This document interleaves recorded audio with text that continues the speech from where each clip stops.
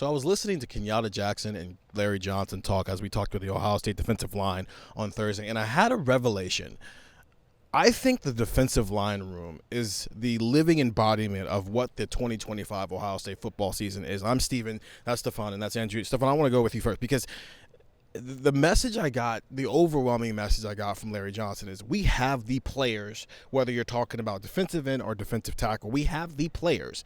They just have never done this before, and so they don't know what they're doing. And when I hear Ryan Day talk about how this team wants to put that 2024 season behind them because they had nothing to do with that, I don't think there is a room on this roster that exemplifies that more than the defensive line room who is trying to replace all 5 of its starters from last season. Yeah, I think kind of the immediate thing you point to when the players or coaches say, like, 2024 was last year, like, this year is different, it's a different group. Like, you point to Julian Sayin, you point to a Max Clare who just came in, you point to Jermaine Matthews who's getting a bigger role this year, Malik Hartford, but, like, no, maybe it is those guys who had somewhat of a role in last year's team who were supposed to be the guys to lead the 2024 Buckeyes, right? Like Kenyatta Jackson, Caden Curry, those guys, C.J. Hicks, thought that they were going to be the starters for the 2024 team. Now, that probably came with some assumptions of what the 2023 team was going to accomplish, and you don't assume that Jack and JT and all those guys are going to come back. But, like, this is what Ohio State's 2025 season is can these guys who had to wait an extra year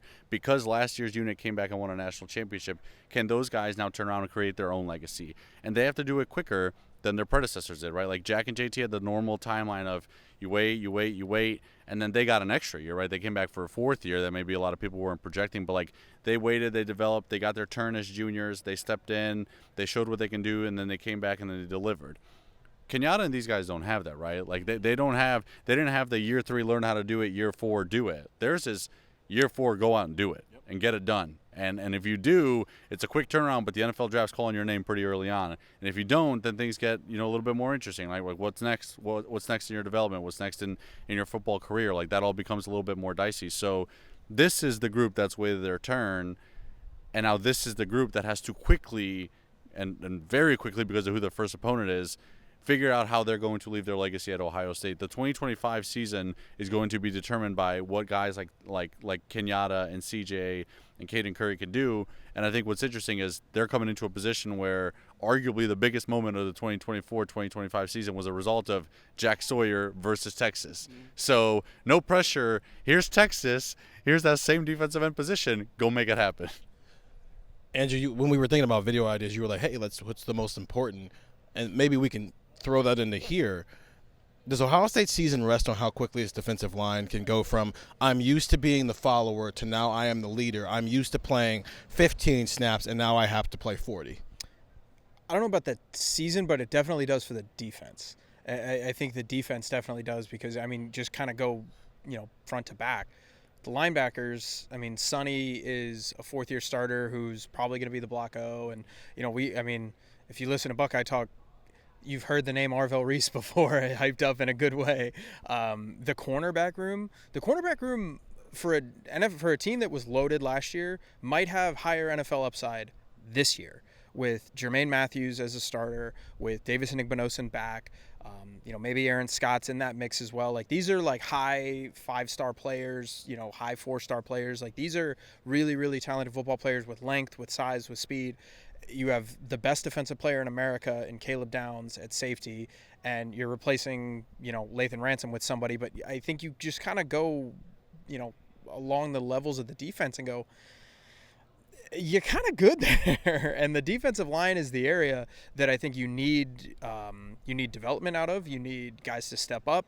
But it's also the area, too, where it might be the Achilles heel. And I think that's kind of what you're getting at, where if I'm game planning against Ohio State, what do I want to do this year? I want to run the ball. You want to control the clock. I think it's going to be that same thing that Ohio State fans have kind of heard for so long. It's you want to run the ball, you want to control the clock, you want to wear this team down. And I think with this defensive tackle tandem, probably not going to be the easiest thing to do that.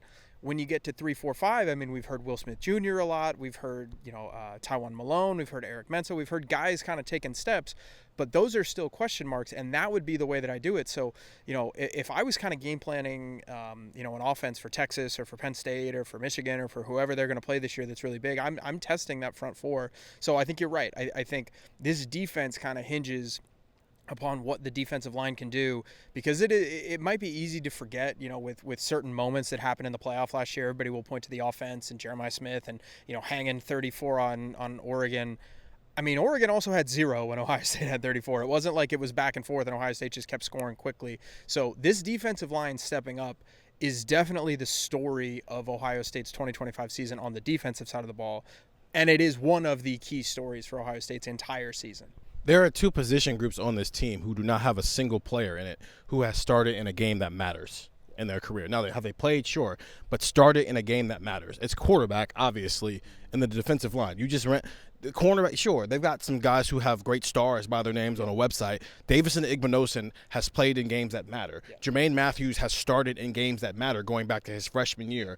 Caleb Downs has started in games that matter at 2 different programs. Malik Hartford and Jalen McClain have at least a start under their belt at some point. Sonny Styles and Arvell Reese have played in games that matter. On offense, the wide receivers are what they are. Even at tight end, Max Clare is new here, but he was a starter last year at Purdue, and Will Kazmarek played a lot of snaps for Ohio State in 2024. On the offensive line, even if you're changing some things up, Tegra, Luke, Carson, Austin have all played meaningful snaps. Ethan Inyawa and Philip Daniels are coming from programs where they were starters. Running back, James Peoples is new, but C.J. Donaldson was the starting running back at West Virginia last year. Quarterback and defensive line. 2 money positions, the 2 positions that consistently find themselves in the top 5 of the NFL draft. The 2 positions that, quite frankly, decide how good your football team is going to be, do not have a single player who has started in a game that matters. And I do wonder what that means for how they're developing, not just as football players, because we think they're going to be good football players, but mentally. That was the key word I kept hearing today, was mental development. Kenyatta Jackson talking about, I'm used to following, whether it was Zach Harrison with me as a freshman or Jack JT Tyler, you can tie the last 2 years. Now all of a sudden, everybody's looking at you, and he didn't want that at first, and he's had to learn how to want that. Caden Curry's had to learn how to want that. Julian Sand is having to learn how to want that. And so I do think that the 2 most important positions in football on both sides of the ball, and Ohio State has a lot of guys with a lot of talent, but they don't know what they're doing yet.